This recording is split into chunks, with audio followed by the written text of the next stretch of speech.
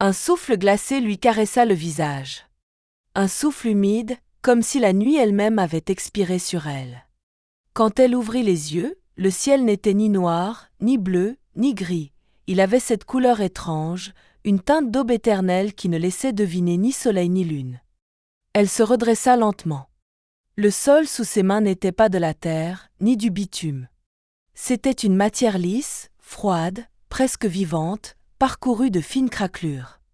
Une brume épaisse montait autour d'elle, engloutissant ses jambes.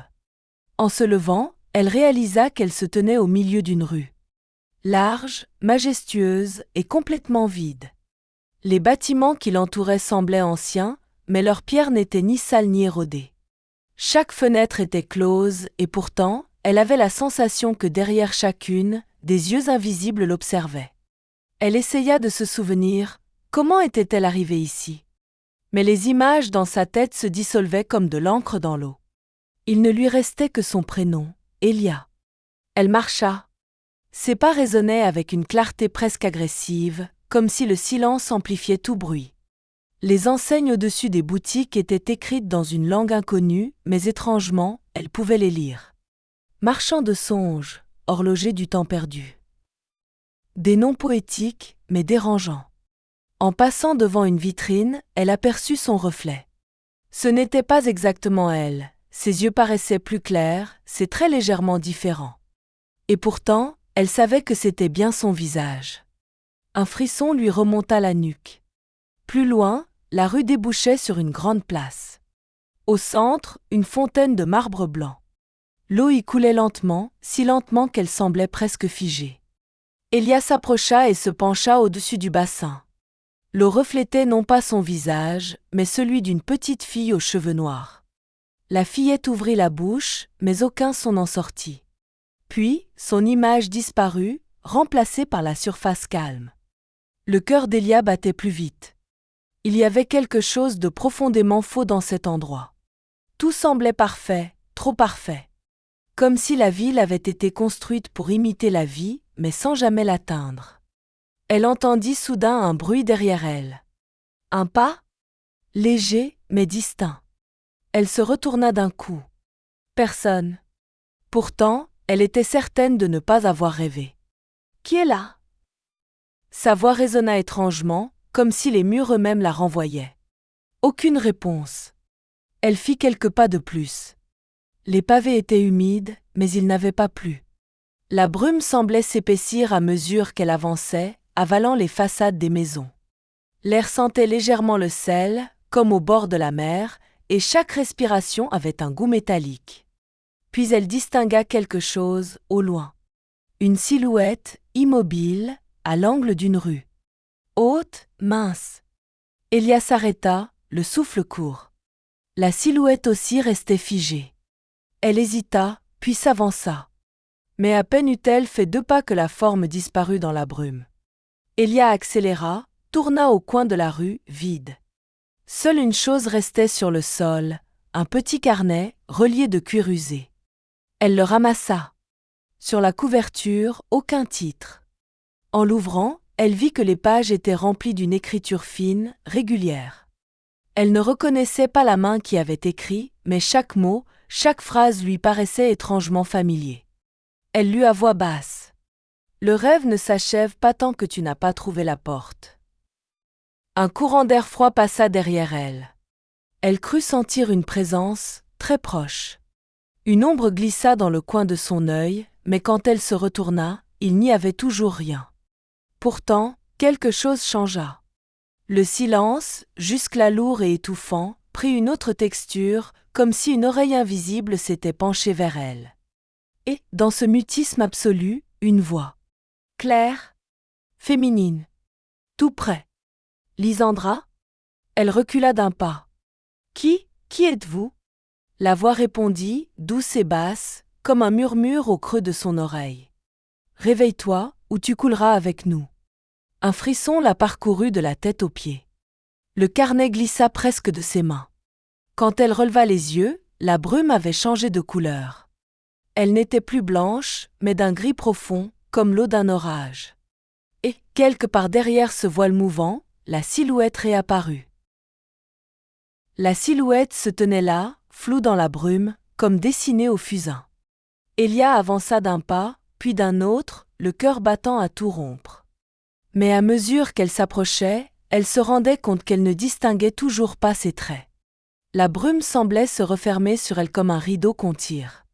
Quand enfin elle atteignit l'endroit où elle l'avait vu, il n'y avait plus rien.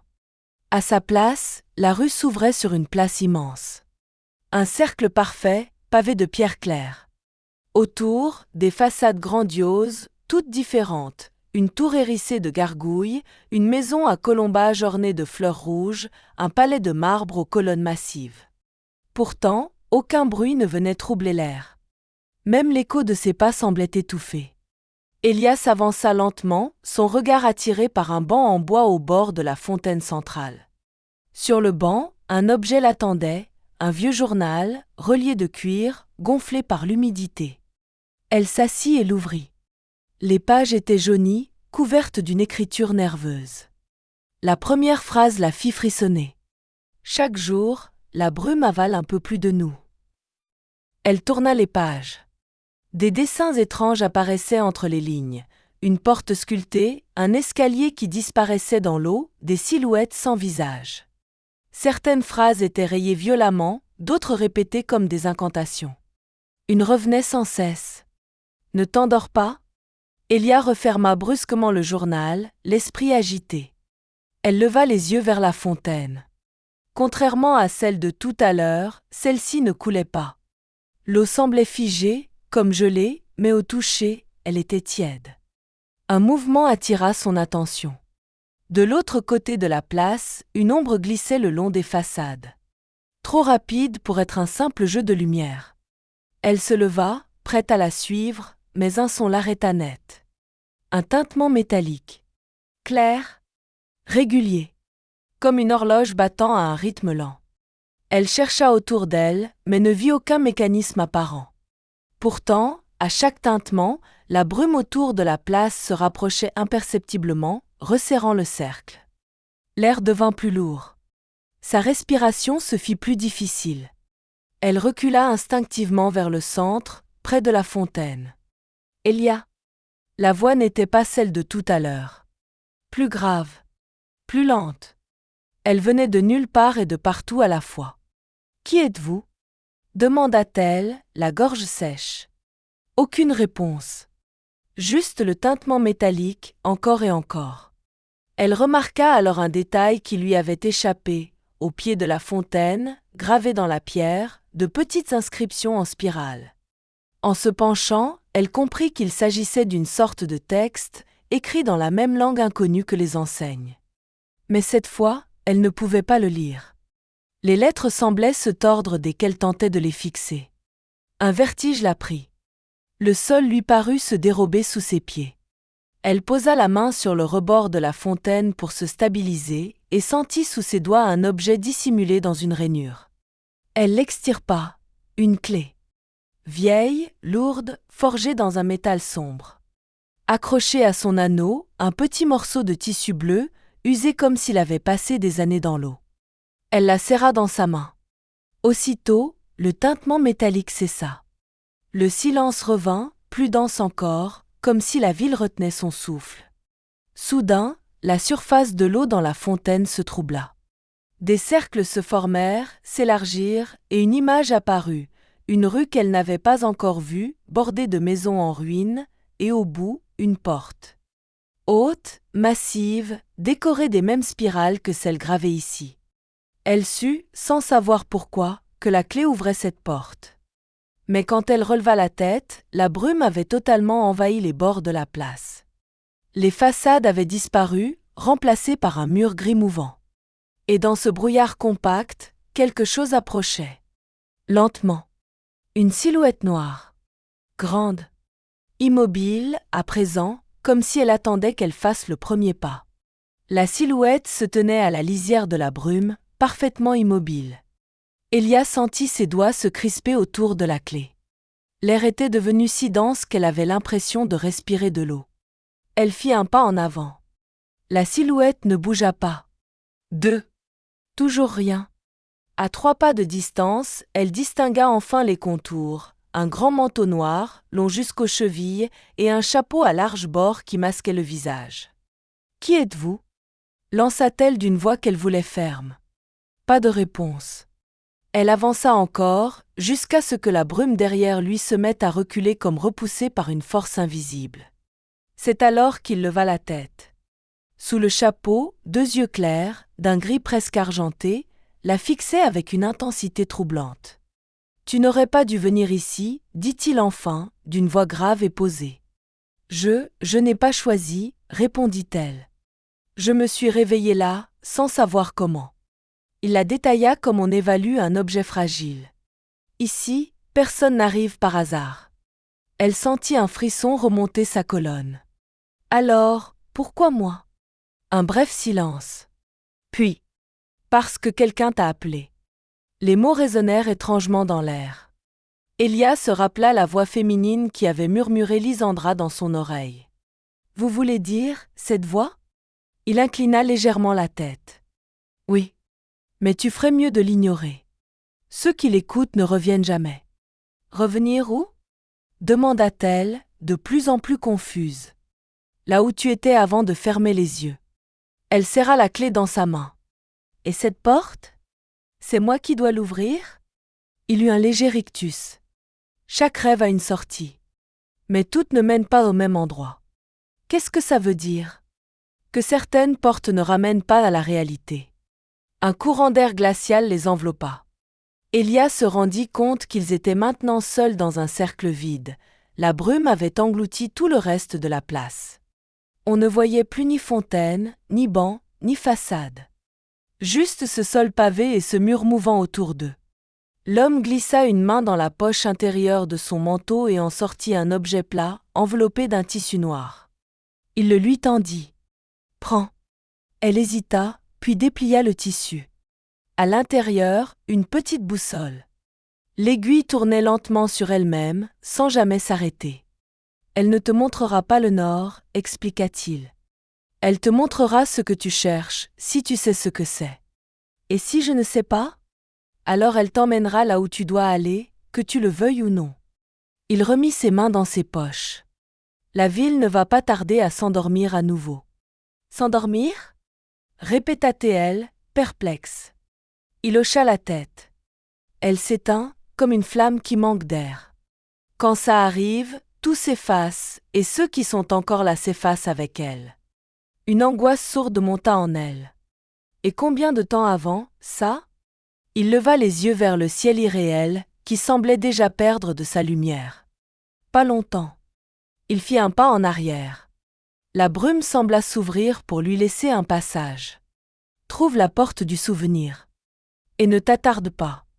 Elia voulut le retenir, mais il avait déjà commencé à s'éloigner, ses pas avalés par le brouillard.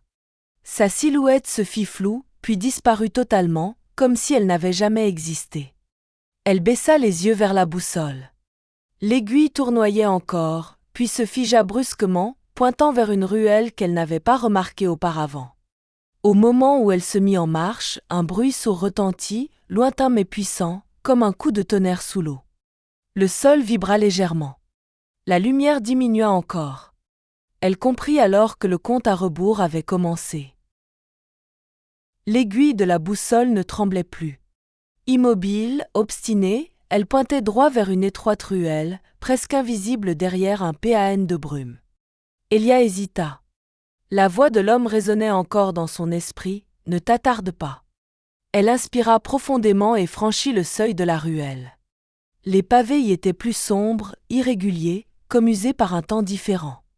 Les façades penchaient légèrement vers l'intérieur et des cordes effilochées pendaient aux fenêtres, agitées par un vent qu'elle ne sentait pas. Plus elle avançait, plus le silence devenait pesant, jusqu'à ce qu'elle entende seulement le battement de son cœur. La brume, ici, ne flottait pas, elle rampait au sol, s'enroulant autour de ses chevilles. L'aiguille avançait droit, implacable. Puis, au bout de la ruelle, la brume se déchira comme un rideau, révélant une maison isolée. Haute, étroite, faite de pierres sombres, avec un toit pointu et des volets entr'ouverts. Une lumière faible pulsait derrière une fenêtre du dernier étage, comme un souffle régulier. Elia fronça les sourcils. Elle connaissait cette maison. Pas d'ici, pas de ce rêve, mais de quelque part. Une image floue dans sa mémoire, elle, enfant, passant devant ce bâtiment en tenant la main de quelqu'un. Elle sentit un vertige, comme si ce souvenir n'appartenait pas entièrement à sa vie. La boussole vibra dans sa main. L'aiguille ne pointait plus la porte, mais tournait lentement autour du cadran, comme si elle hésitait. Elia approcha malgré tout et posa la main sur la poignée. La porte s'ouvrit sans bruit. L'air à l'intérieur était tiède, chargé d'une odeur de bois humide, quelque chose de plus doux. Un parfum familier. Peut-être celui d'un drap chaud ou d'un livre ancien. Elle avança dans un couloir étroit. Les murs étaient tapissés de portraits. Tous représentaient la même femme, à différents âges, jeune fille rieuse, mère sévère, vieille dame au regard fatigué. Mais dans chaque image, il manquait quelque chose à son visage, une ombre sur les yeux, ou la bouche effacée. Le parquet grinça sous ses pas. Elle traversa une petite salle où un feu brûlait faiblement dans la cheminée, sans chaleur. Sur la table, une tasse de thé fumait encore. Elia s'arrêta. Quelqu'un devait être ici. Un bruit vint de l'étage, un grincement lent, régulier, comme un rocking chair. Elle monta l'escalier, la main crispée sur la rambarde. À chaque marche, l'odeur se faisait plus forte, plus enveloppante. Arrivée au dernier étage, elle poussa une porte entr'ouverte. La pièce baignait dans une lumière étrange, venue d'une lampe à abat-jour rouge. Au centre, un grand fauteuil. Et dans ce fauteuil, elle, ou plutôt une version d'elle-même, plus âgée, les cheveux parsemés de mèches blanches, la peau fine et pâle. La femme leva les yeux et Elia eut un choc, ses propres yeux, mais plus sombres, comme s'ils contenaient tout un océan. « Tu es venu » dit la voix. Elia recula d'un pas. « Qui êtes-vous » Un sourire mince. « Celle que tu deviendras, si tu restes ici. » Le cœur d'Elia se serra. « Ce n'est pas possible. » « Dans cette ville, tout est possible et rien n'est réel, » répondit l'autre. La femme tendit la main. Dans sa paume reposait une photo, Elia, enfant, posant devant cette même maison, aux côtés d'un homme au visage flou. Au dos, une date, 18 mars 2034. Ce jour-là, tu reviendras. Et tu ne repartiras plus. Elia secoua la tête, incapable de parler. La lumière de la lampe vacilla. La boussole, dans sa main, tourna brusquement, l'aiguille pointant à nouveau vers la porte. « Pars » dit la femme avec une étrange douceur.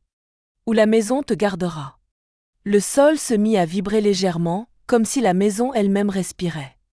Les portraits accrochés au mur semblaient suivre Elia du regard.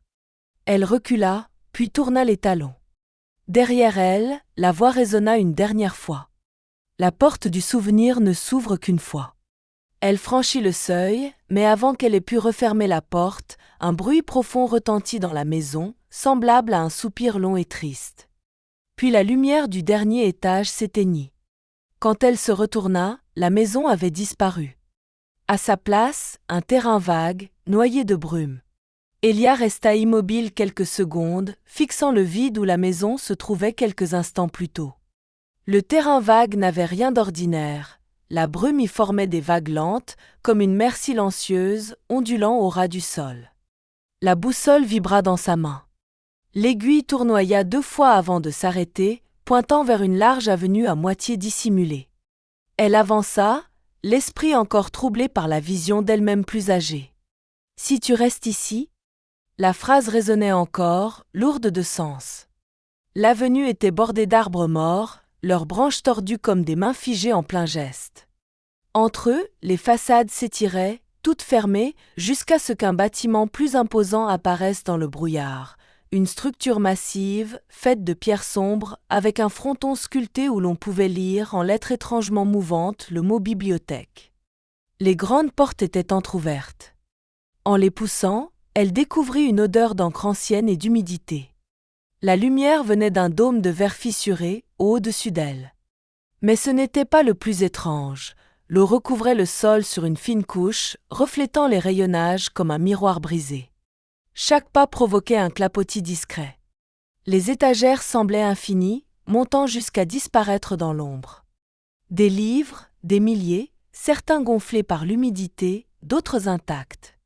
Elia prit un volume au hasard. Les pages étaient couvertes de symboles qu'elle comprenait instinctivement, comme si elle les avait déjà lus quelque part. Les phrases défilaient sous ses yeux, histoire de rêves oubliés, de villes qui s'effacent, de portes que l'on ne doit pas franchir 2 fois. Une sensation étrange l'envahit, elle connaissait ces histoires. Pas comme on connaît un conte, mais comme on reconnaît un souvenir. Elle reposa le livre et avança. L'eau se fit plus profonde, montant jusqu'à ses chevilles. Elle suivit un couloir étroit entre 2 rayonnages et déboucha dans une salle circulaire. Au centre, sur un piédestal de pierre, reposait un livre différent des autres, reliure noire, coin de métal terni, et sur la couverture, son propre nom, accent aigu Elia Meren. Son souffle se bloqua. Elle l'ouvrit. Les premières pages racontaient son enfance, mot pour mot, y compris des détails qu'elle n'avait jamais confiés à personne. Puis venaient les événements récents, son arrivée dans la ville, la rencontre avec l'homme au manteau noir, la maison disparue. Chaque ligne se formait sous ses yeux, comme si le livre s'écrivait en temps réel. Elle tourna la page et vit une date. Le lendemain. Un texte court, juste une phrase. Elle n'eut pas le temps d'ouvrir la porte. Un bruit derrière elle la fit sursauter. L'eau ondulait, comme agitée par un pas. Elle referma précipitamment le livre et se retourna. Dans l'ombre, entre 2 colonnes, une silhouette. Plus petite que l'homme au manteau noir. Une femme, vêtue d'une robe pâle, les cheveux flottant autour de son visage comme sous l'eau. Ses yeux étaient ouverts, mais d'un blanc laiteux. Lysandra, murmura Elia, sans savoir pourquoi ce nom lui échappait. La femme s'avança, ses pieds ne produisant aucun bruit sur l'eau. « Tu as trouvé le livre » dit-elle d'une voix douce, presque chantée. « C'est mon histoire. »« Ce n'est pas ton histoire, » répondit Lysandra. « C'est celle que la ville t'écrit. » Elia recula légèrement. « Et si je veux changer la fin ?» Un sourire triste étira les lèvres de Lysandra.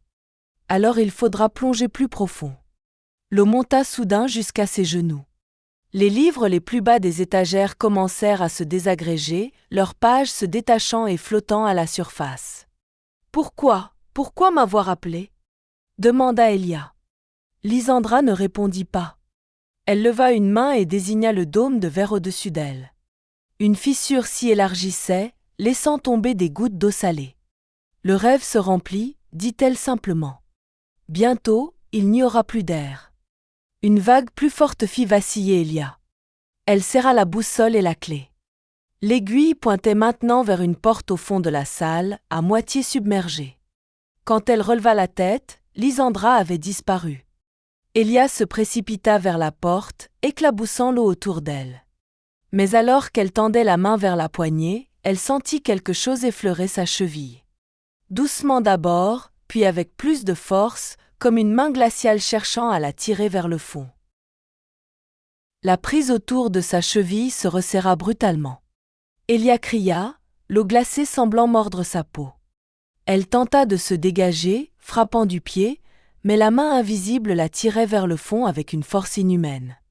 Elle s'accrocha à la poignée de la porte submergée, ses doigts glissant sur le métal humide. L'eau montait rapidement, déjà à mi-cuisse, lourde et glaciale. Des ombres passaient sous la surface, tournant autour d'elle comme des prédateurs lents. « Lâche-moi !» hurla-t-elle, sa voix résonnant étrangement dans la salle noyée. La prise se relâcha soudain. Elle chancela en avant, s'arrachant presque à la porte, mais avant qu'elle ait pu comprendre, une silhouette émergea de l'eau à moins d'1 mètre. C'était lui. L'homme au manteau noir. L'eau glissait de ses vêtements sans les imbiber, comme si elle refusait de le toucher. Ses yeux gris brillaient dans la pénombre. « Tu es en retard » dit-il simplement. « Qu'est-ce que c'était » demanda Elia, haletante. Il jeta un coup d'œil vers l'eau. Les restes. Ceux qui n'ont pas trouvé de sortie. Des personnes ? Il hocha lentement la tête. Ils se dissolvent dans le rêve, mais une partie d'eux reste ici, attirant les nouveaux. Elia frissonna, consciente que cette main glaciale aurait pu être la sienne si elle n'avait pas réussi à se libérer. « Qu'est-ce que cette ville ?» finit-elle par demander. L'homme resta silencieux quelques instants, comme s'il hésitait. Puis, « Ce n'est pas une ville. C'est une mémoire. Un souvenir collectif. » Elle fronça les sourcils. « De qui ?» Il la fixa longuement. « D'un rêveur. Un seul. Mais il n'est pas seul à l'habiter, tu as déjà rencontré certains fragments. » Elia pensa à Lysandra, à la femme plus âgée qui lui ressemblait, à cette maison disparue. Alors, tout ça, ce sont des morceaux de lui ? Ou de toi ? Les rêves se mélangent. Ici, la frontière est fine. Elle sentit une pression dans sa poitrine, comme si une vérité approchait, prête à éclater. « Pourquoi moi ?» Un léger sourire étira les lèvres de l'homme.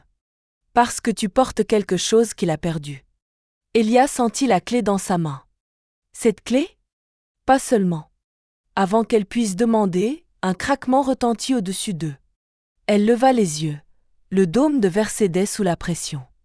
Une fissure longue et sinueuse serpentait à travers sa surface, laissant tomber de plus en plus d'eau. L'homme recula vers l'ombre d'un pilier. « Tu veux des réponses ? Alors suis l'aiguille. Mais quand la fissure se brisera, tout sera submergé. » Il disparut dans la pénombre, comme s'il s'était dissous dans l'air. La boussole vibrait de plus en plus fort dans sa main. L'aiguille pointait droit vers la porte.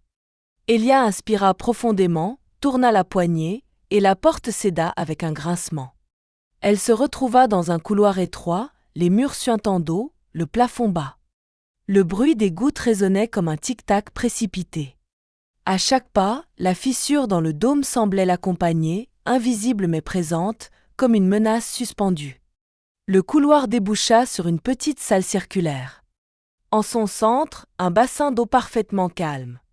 Sur le rebord, un miroir ovale, ancien, dont la surface était si lisse qu'il semblait respirer. Elle s'approcha.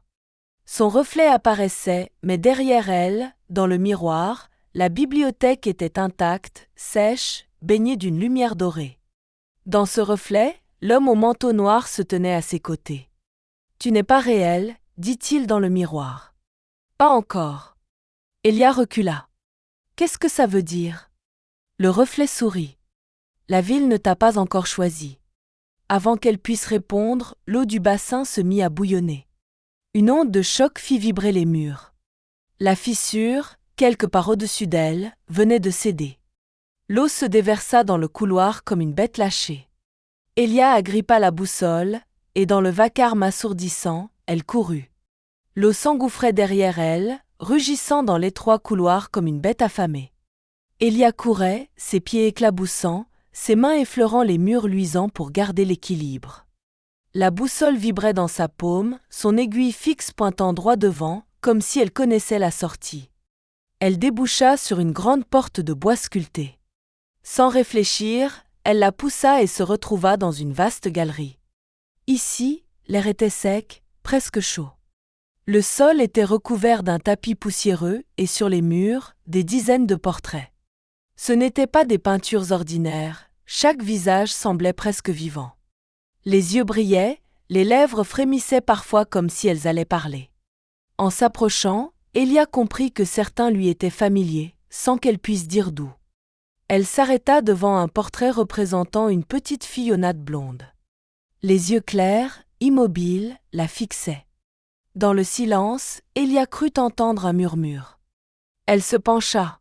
« Aide-moi » Elle recula brusquement, heurtant un autre tableau, celui d'un vieil homme au regard sombre. Ses lèvres bougèrent, articulant des mots silencieux qu'elle ne comprit pas. La galerie semblait s'étirer à l'infini. Partout, des visages, figés dans un instant précis. Certains souriaient, d'autres pleuraient, d'autres encore semblaient crier. « Qui êtes-vous » lança-t-elle, sa voix résonnant dans l'air lourd. Un souffle passa derrière elle. Elle se retourna et vit, au bout de la galerie, une silhouette féminine. Haute, mince, vêtue d'une robe grise.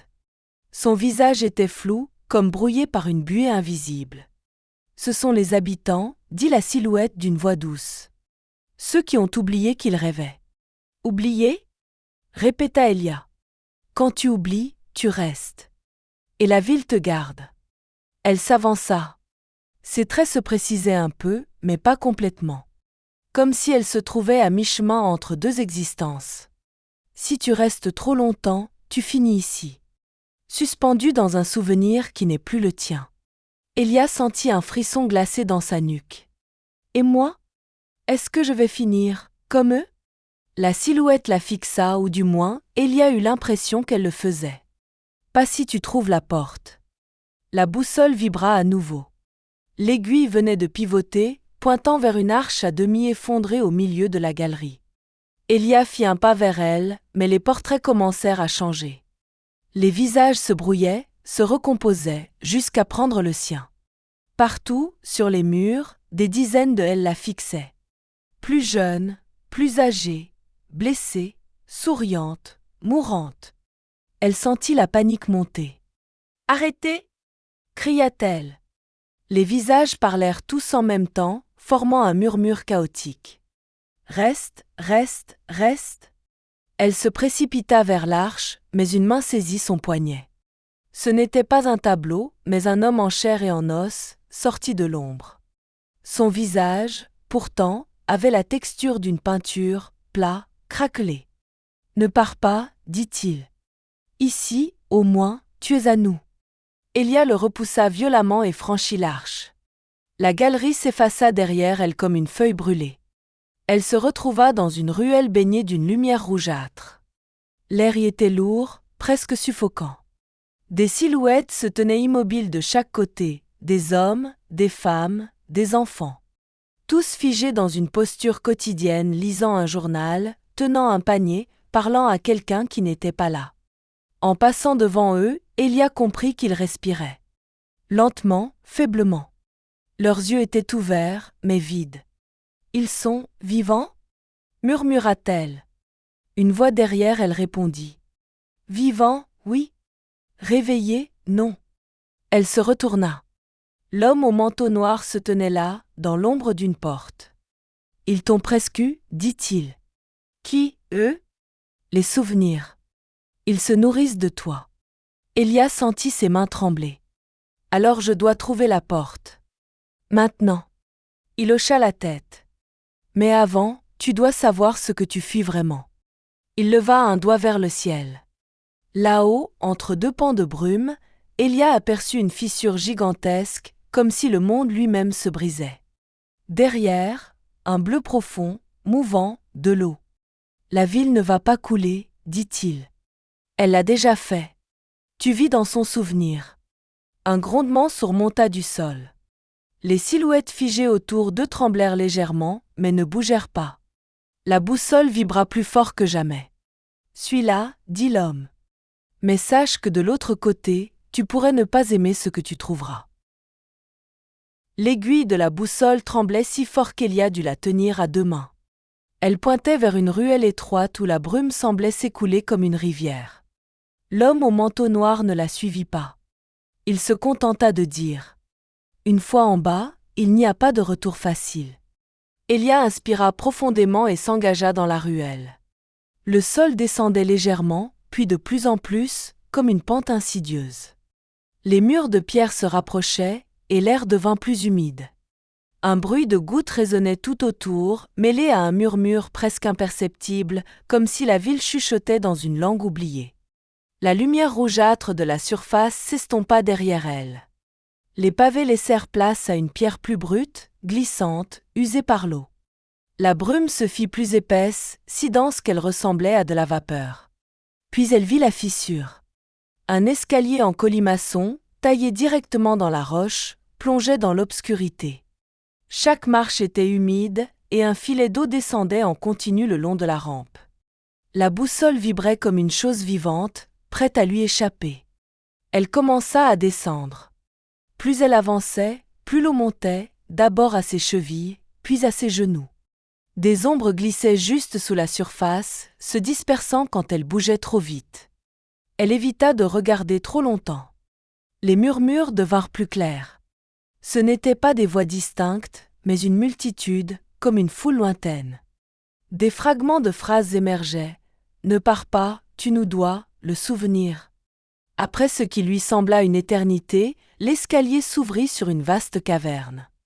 Des piliers de pierre soutenaient un plafond voûté, et au centre, un gouffre circulaire rempli d'eau noire. L'aiguille pointait droit vers lui. Au bord du gouffre, une structure étrange, une porte massive, entièrement immergée jusqu'à la moitié. Ses battants étaient sculptés des mêmes spirales que celles vues sur la fontaine et la maison. Derrière, rien qu'une obscurité liquide. Elia s'approcha. L'eau était glaciale, mais claire. Elle voyait les marches descendre sous la porte, comme si un escalier secret se poursuivait dans les profondeurs. Elle prit la clé et la glissa dans la serrure rouillée. Un cliquetis résonna, puis un grincement lourd. Les battants s'ouvrirent lentement, laissant échapper une bouffée d'air ancien, chargée d'odeurs salées et métalliques. Derrière la porte, une lueur bleue dansait sous l'eau. Sans réfléchir, Elia inspira profondément et plongea. L'eau la saisit comme une étreinte glaciale. Les marches descendaient encore, taillées dans la pierre, menant à une salle immense au plafond couvert de fresques. Les motifs représentaient la ville, mais non pas engloutie, plutôt suspendue dans l'air, comme un rêve figé. Au centre de la salle, un piédestal. Et posé dessus, un cœur. Pas un cœur humain, mais une sculpture translucide, battant lentement, comme s'il était vivant. Chaque pulsation envoyait une onde de lumière bleue à travers l'eau. Elia s'approcha. Sa main hésita, puis se tendit. À l'instant où ses doigts effleurèrent le cristal, tout changea. L'eau disparut. Elle se retrouva debout, sèche, dans la même salle, mais cette fois, l'air était chaud, et la ville, visible à travers les fresques, était vivante, rues animées, rires, musique. Une voix derrière elle. Voilà le cœur de la ville. Elle se retourna. L'homme au manteau noir était là, mais son manteau avait disparu. Il portait une tunique sombre et son visage, pour la première fois, semblait fatigué. « Si tu le prends, dit-il, le rêve s'effondre. »« Et si je ne le prends pas ?» demanda Elia. Il soutint son regard. « Alors il te garde. » Un grondement surmonta du sol. Les fresques commencèrent à se fissurer, laissant couler de l'eau derrière elles. L'air se fit plus lourd. « Choisis, dit-il. » Elia regarda le cœur, puis ses mains. Sa respiration s'accéléra. L'eau commençait déjà à s'infiltrer par les fissures. Elle savait que, quoi qu'elle fasse, quelque chose allait se briser. L'eau suintait des fissures, goutte après goutte, comme un sablier invisible comptant les secondes qu'il lui restait. Elia fixait le cœur translucide, hypnotisé par ses pulsations lentes. Chaque battement semblait résonner dans sa propre poitrine, comme si leur rythme s'était accordé. L'homme au manteau noir s'avança, ses pas résonnant étrangement dans la salle désormais sèche. « Tu crois que ce cœur est un objet, dit-il. Mais il respire. Il rêve. Et son rêve, c'est la ville. » Elia recula d'un pas. « Alors si je le prends, je tue la ville ?» Il hocha la tête. « Et tu t'en libères. » Elle serra la clé dans sa main. « Et si je pars, qu'advient-il de vous ?» Un sourire amer étira ses lèvres. « Je ne pars pas. Je suis un souvenir. Un gardien. Quand le rêve s'effondre, moi aussi. » Elia détourna les yeux. Quelque chose bougea dans son champ de vision. Dans les ombres au bord de la salle, des silhouettes apparurent. D'abord floues, puis plus nettes, les habitants figés de la galerie, la femme âgée qui lui ressemblait, Lysandra. Tous la regardaient. Lysandra s'avança, ses pieds ne produisant aucun bruit sur la pierre. « Si tu le détruis, dit-elle doucement, nous disparaîtrons. »« Vous êtes déjà prisonnier, répliqua Elia. Mais nous sommes encore quelque chose. Sans ce cœur, il n'y aura plus rien. » Elia sentit sa gorge se serrer. « Alors vous me demandez de rester enfermé avec vous ?» Lysandra ne répondit pas. Ses yeux blancs semblèrent briller d'une tristesse muette. L'homme au manteau noir s'approcha du piédestal. « Ce n'est pas seulement ton choix, Elia. C'est aussi celui du rêveur. »« Le rêveur ?» répéta-t-elle. « Celui à qui appartient ce souvenir. Celui qui t'a appelé ici. » Il posa la main sur le cœur. Aussitôt, la salle changea. Les fresques s'animèrent, projetant des images mouvantes, une ville au bord de la mer, un enfant jouant sur les quais, une tempête, l'eau engloutissant tout. Puis l'image d'un homme, seul, assis dans une chambre sombre. Son visage était dissimulé dans l'ombre, mais Elia sentit une décharge dans sa poitrine. Elle le connaissait. « Qui est-ce » demanda-t-elle. « Le rêveur » répondit l'homme au manteau noir. « Il a perdu la ville. Il a perdu ceux qu'il aimait. Alors il les a recréés. Et moi ? Pourquoi m'avoir amené ici ?» Le gardien la fixa. « Parce que dans ton monde, tu portes un souvenir qui lui appartient. » Elia sentit un vertige. Elle pensa à une photo retrouvée un jour dans un vieux tiroir, un quai, un enfant, et au loin, un visage flou. Elle n'avait jamais su pourquoi cette image lui semblait si lourde de sens. « Alors si je prends le cœur, il perdra aussi ce souvenir ? » « Oui, » dit le gardien.